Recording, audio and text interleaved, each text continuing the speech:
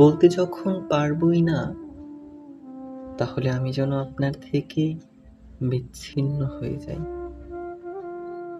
মৃত্যুর পর দেহ থেকে রূহ যেমন আলাদা হয়, তেমনি যেন আমিও হই।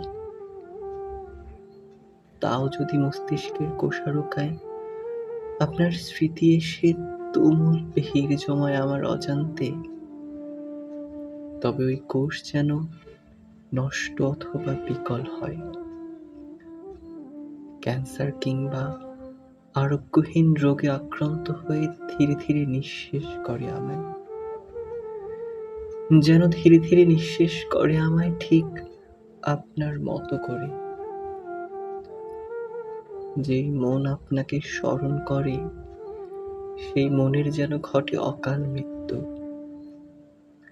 যেই চোখ আপনার কথা ভেবে ভিজে ওঠে, সেই চোখের সব জল যেন নিঃশেষ হয় মুহূর্তেই।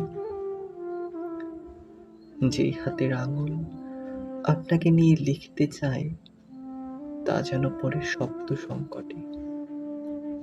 আপনার ইচ্ছা অনুযায়ী আমি যেন আহত হই, নিহত হওয়ার পূর্বে যেন ছটফট করি কেবল আপনাকে পাওয়ার জন্য।